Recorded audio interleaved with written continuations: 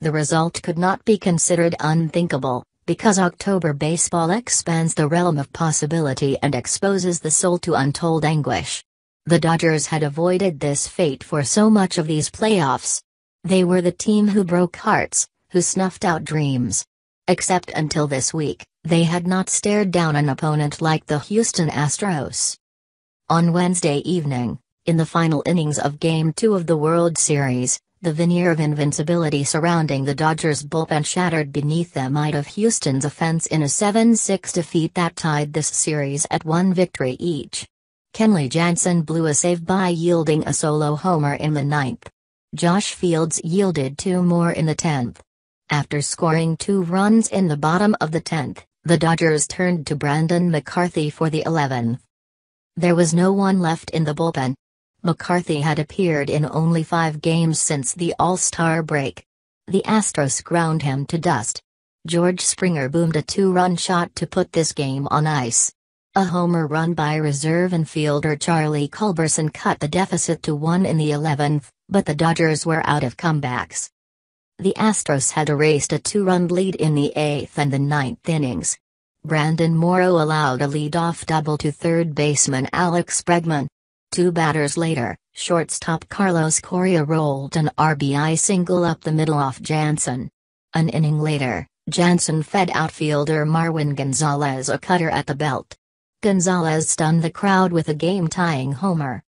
In the 10th, Fields served up a pair of mammoth home runs to second baseman Jose Altuve and Correa. The latter punctuated his blast with a prodigious bat flip. The bat landed in the infield in concert with the ball in the left field pavilion. As the homers soared through the night, the aroma of a nearby brush fire wafted over Chavez Ravine. It felt like a metaphor. Until the bottom of the 10th, when the Dodgers offered a reminder of their own ability to singe a bullpen. Ysiel Puig greeted Astros closer Ken Giles with a solo home run. Logan Forsythe took a 2-out walk, and Enrique Hernandez incited Bedlam with a single to tie the score. For the second night in a row, a 2-out, 2-run homer in the 6th gave the Dodgers the lead. Astros ace Justin Verlander did not allow a hit through the first 4 innings. In the 5th, Jock Pederson punished a hanging slider. An inning later, Corey Seager connected for his first homer of the postseason after Chris Taylor had walked. He made it count, as the ballpark shook beneath the weight of 54,293 exhilarated patrons. The Dodgers needed only the 2 hits to depose Verlander.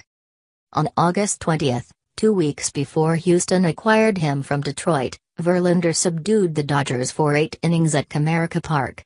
He struck out 9 and surrendered just 2 hits. But he was facing a depleted version of the Dodgers lineup. Adrian Gonzalez started at first base.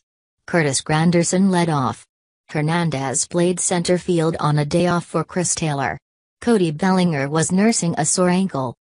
For most of this postseason, as the Dodgers conquered opposing pitchers like Robbie Ray, Zach Rank, and John Lester, they relied upon patience. They exhausted the starters and forced relievers into the game. Against Verlander, that prospect was less likely. He logged 124 pitches in a complete game against the Yankees in the American League Championship Series. His leash extends deeper than any other pitcher in this postseason. The idea of waiting him out doesn't make sense, manager Dave Roberts said before the game. He's going to attack. We have to match that intensity, and that idea, as well. Verlander offered a stylistic contrast to Hill. Verlander pitched like a brute, pumping 98-mile-per-hour fastballs at the outset. Hill teetered in search of balance, with 7 of his first 11 pitches missing the strike zone, before locating his release point. Hill struck out 3 in the first 2 innings. Verlander struck out 4. Hill flinched first. It started with a fielding gaffe by Chase Utley, the 38-year-old second baseman. Utley ranged to his left to secure a grounder off the bat of former Dodger Josh Reddick. The baseball slipped out of his glove, and Reddick received credit for a single. A bunt by Verlander brought Reddick to second. A single by Springer sent him to third. Reddick scored on another single, this one by Bregman, But the Dodgers benefited from a fortuitous bounce. Taylor dove to catch Bregman's hit, which landed a few feet in front of him. The baseball deflected off the bill of Taylor's cap directly toward left fielder Jock Pederson, instead of spraying toward the wall. Hill salvaged the inning by striking out Jose Altuve and Correa. An inning later, he picked up 2 more strikeouts. Yet with the Astros batting order due up for a third time, Roberts opted for his bullpen. Kenta Maeda replaced Hill in the 5th. Before Maeda arrived, Verlander allowed his first base runner. Taylor opened the bottom of the 4th with an 8-pitch walk. He did not remain on base for long. Corey Seager bounced a curveball into a fielder's choice. Justin Turner tapped a 91-mile-per-hour slider into an inning-ending 6-4-3 double play. Heading into the 5th, Verlander had still not bent. He spun a curveball past Cody Bellinger for a strikeout. Puig managed a soft grounder off a 98-mile-per-hour fastball.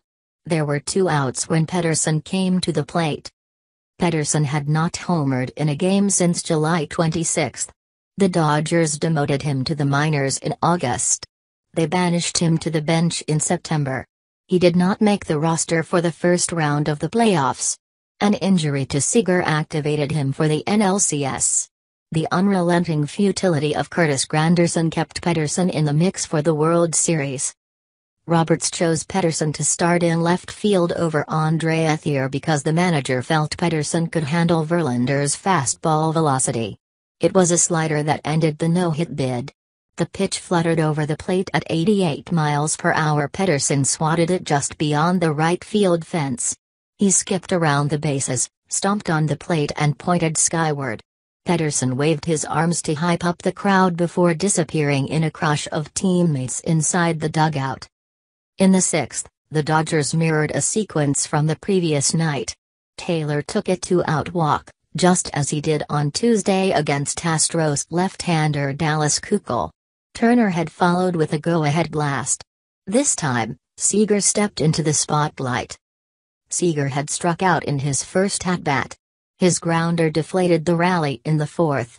Now Verlander challenged him with 96-mile-per-hour fastball at the top of the zone. Seager fouled off the pitch. He took another fastball for a strike. After Verlander missed inside, he fired a 97-mile-per-hour fastball on the outer edge of the plate. Seager was ready. Upon contact, Seager screamed. He unleashed another yell when the baseball crested over the wall in left. In the dugout, Clayton Kershaw lifted his arms and howled with delight. The joy would not last.